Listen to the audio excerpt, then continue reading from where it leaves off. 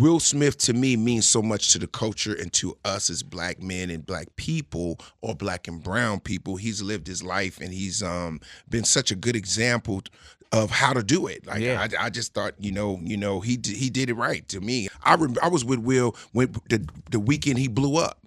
I will never forget this. We was at MTV at the Malibu Beach House. He showed with me. I said, yo, after this moment, bro, ain't no more Fresh Prince of Bel-Air. Yeah, this is it. I just knew it. I was like, he out of here. Phew! Big boy in the neighborhood, beautiful day in the neighborhood, ladies and gentlemen. Good friend, Bill Bellamy.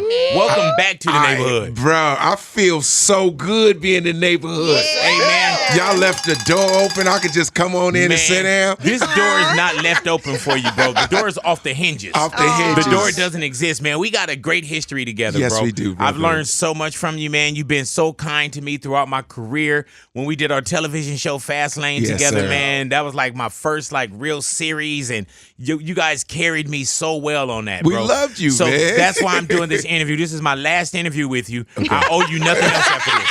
The debt has been paid. Yeah, say it again, Natalia. The debt has been paid. The debt has been paid. We done. Stop hanging this over my head, Bill Bellamy.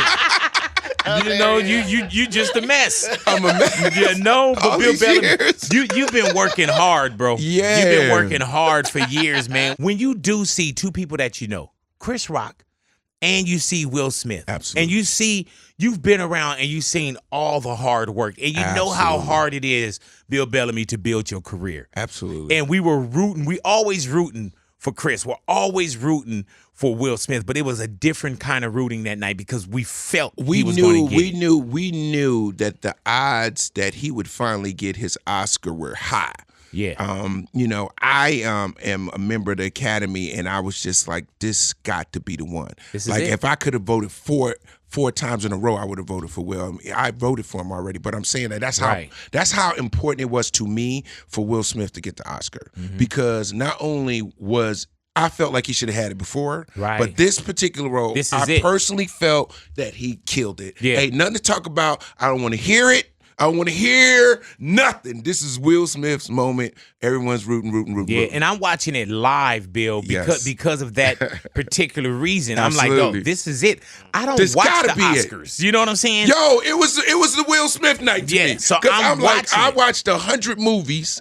I watched every movie, foreign films, documentaries. Because you in the Academy, they send you movies every single day. I'm over flooded with movies, but his performance was like, boom. It was a couple of them out there, but it just stood out to me. And I was like, yo, he gonna make history tonight. This is so dope. Yeah. You know what I mean? I felt really good about it. So that's why. Then so when you're watching that and you hear what a comedian does, and he makes, and especially Chris Rock at the Oscars and Chris Rock on stage. He's hosted before. Yeah. And so when you see that and you see Will Smith get up, and first I was like, okay, what happened? Because I didn't know what happened. I thought it was a skit. Yeah, and I saw Jada's face and my wife, but I heard the volume drop out. And I was like, oh, he's cursing. Yeah. And then my wife was like, before he went up, she was like, Jada's mad. And when he came back to the seat and I saw the lipping of keep my wife's name out your MF and mouth, I was like, oh, this is real. Yeah, because you don't say stuff like that unless it's real. And then the withdrawals started. As far as there was so many deposits, and I was like, oh my God. I was really, really, really hurt, bro, to be honest with you, when I seen it, because I was just like, this can't be real. Like, are they serious? Like, could this happen right now? Right. Like, no, this can't be. Please tell me it's a skit. I just wanted it to be a skit so they could be like, Right.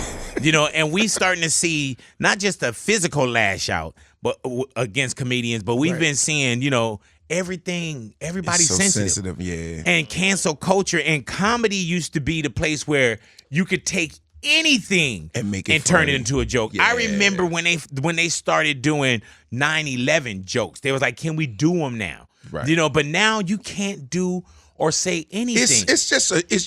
You have to be crafty now as a comedian.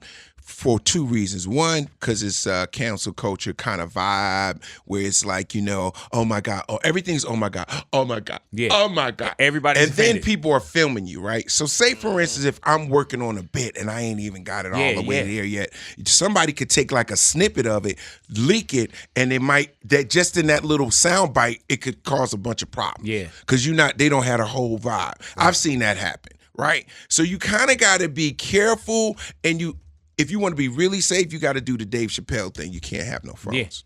Yeah, you can't have no phones. He was the first person I said, Dave, man, why you did? He's like, man, I don't want them leaking my material. and you know it's not perfected. But that's a whole different way. But that's a whole different expense. And then if you just kind of working out in a club and you just want to pop in. Especially if you're working on a special or whatever. I was running into that. Like my most recent special that's on Amazon Prime is called I Want My Life Back, right? So I was working on bits and stuff, and people were trying to record me and put me on their little FaceTime Live.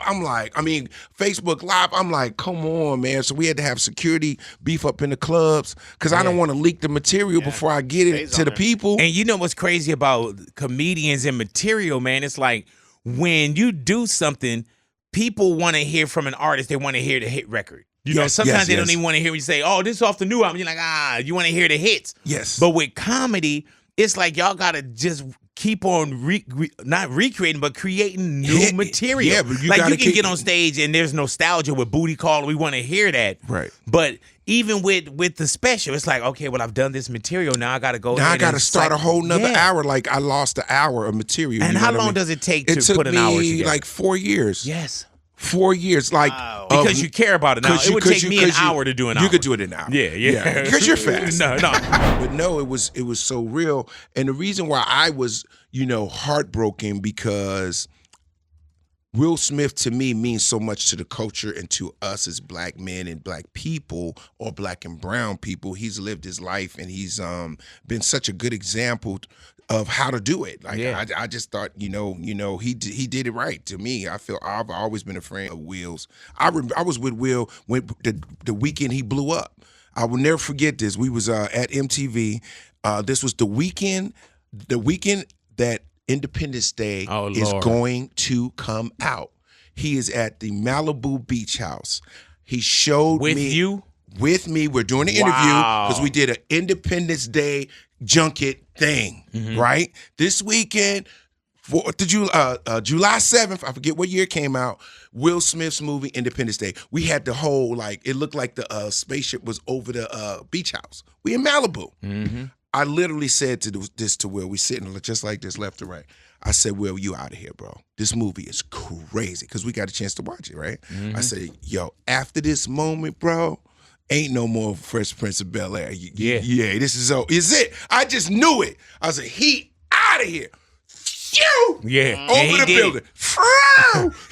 He left the building, right? So think from that moment until to now, he's really never had any real bad bumps or anything. You know, people say this, people say that. So he's been relatively good. So why would we think that would be real? Because it's so out of his character. What does that do for you as a comedian, bro? If somebody could walk on to one of the biggest nights on that stage, what does that do for like a Bill Bellamy when you're at a club? Have you ever had anyone, or did you feel like we saw Dave Chappelle? Yeah, dude tried to tackle Dave Chappelle. Tackled. Most recently, there was a guy pulled a gun in a club in Charlotte at Craig Robinson's show. And I remember that just happened. Yeah, and what about the other comedy show when the dude pulled the gun out when Mike Tyson was there and Tyson embraced him? Yeah, that was. Whoa, I didn't hear that. Yeah, man. So I was just wondering, does the community of comedians come together when you see something like that? Because I had a chance to talk to Earthquake, and other comedians took that. Not putting words in your mouth, but they took that as disrespect as well. Oh, it is. It's very disrespectful. You know, it's like we're comedians. Like we're here to entertain people, right? Our gift is the gift of laughter, right? We take social commentary, topics, this, that, and the other. We flip them upside down and deliver them to the people, right? What Will Smith did was break the fourth wall, so to speak. You know what I mean? He crossed the line and came in and made it like in a weird way, like accessible that, oh, we could do that? Yeah, man. And it's subliminally. You know what I'm saying? Because back in the day, everybody would be like, yo, he's just bugging out. He's having fun. You know, Big Boy don't mean it like that. I mean, nobody going to be mad at Big Boy for real. He just said a joke on the radio, blah, blah, blah. Now people are like, yo, I don't really, standing blah, up. blah, blah, boom, boom, boom. Hey, let me ask you this, Bill. Yeah. In your years of doing comedy, all right, when he said, I can't wait to see you in the next G.I. Jane. In your career, have you said anything that was way worse than that? No, that joke wasn't that bad. I know. It wasn't, I don't know. See, this is the thing. I said this on another interview. I don't think everyone knew that Jada had a situation. No one knows that. It's not like public knowledge. That's you like know you what say I'm saying? something about my toe, and I'm like, oh, man, this dude don't know that my toe is. You just know my toe got amputated. And then it's everybody coming on you. Everybody beat me up in the harbor. You know Big Boy toe gone. Man, nobody told me Big Boy lost his toe. You're like, yeah. He just never said it. Like, so how am I supposed to know? You ain't see his flip-flop was different. you know what I'm saying? We joking, but you know what I mean. Yeah, man. It's like I think it was a lot of emotions, right? You got to imagine. I'm gonna put myself in both places. As a comedian, I'm never anticipating that because I'm hosting. This is a show. I'm on a show, and I'm just doing my little 3 minutes, and I'm out. So I'm not assuming anything's gonna go wrong. From the other side, Will's side, he's nervous. Is it really finally gonna happen for me? You know what I'm saying? Oh my God, like I'm right here. I produced this joint. I put all my man. I put my all in it. And if not this one, what's next? I gave it. I mean, they didn't give it to me for Ali. I went. I murdered that one. This is the one I put my foot in. It's got to come true for me. Cool. So he's probably very, very nervous, right? And then maybe that joke didn't hit for him the right way. You see his wife not feeling well. Anybody doesn't want their wife to feel bad. You know what I mean? Let's just keep it 100. If your wife is not feeling right, your life ain't right now. Right. Let's keep it one. If a bird flew in the car, your wife's you got to get the bird out. Right. Babe, why you tripping? The bird gone. We'll crash up the whole car trying to get the bird. That's what we're seeing here. That's what we do. You got to get the bird out the car, right? Cool. Case in point, but it was the wrong place. Yeah, man. So now, okay, he apologized, which was fantastic. Thank God. If it were me, hindsight 2020, because I was thinking about this, it would be so dope if he apologized to him in this moment. I was thinking it. You talking about when they was on stage? Yeah, I was like, if he could think right now to go get Chris and apologize to him in the moment of his acceptance speech, it would have been perfect. I thought he was going to say something. I thought he was going to say something. Yeah, he could have saved it a little bit. Yeah, but, he didn't. But he didn't. So now that moment goes by. Now you banned from the academy for 10 years. And, I'm seeing the emails. They're like, we got to do something. This is crazy. Blah, blah, blah, blah, blah, blah, blah. I mean, I'm just telling you right now, thank God he ain't hit Brad Pitt. Oh, can you? Can you imagine? Hell yeah, he be in 20. Death. We got Bill Bellamy in the neighborhood. Y'all stick around, y'all radios, Big Boy's Neighborhood.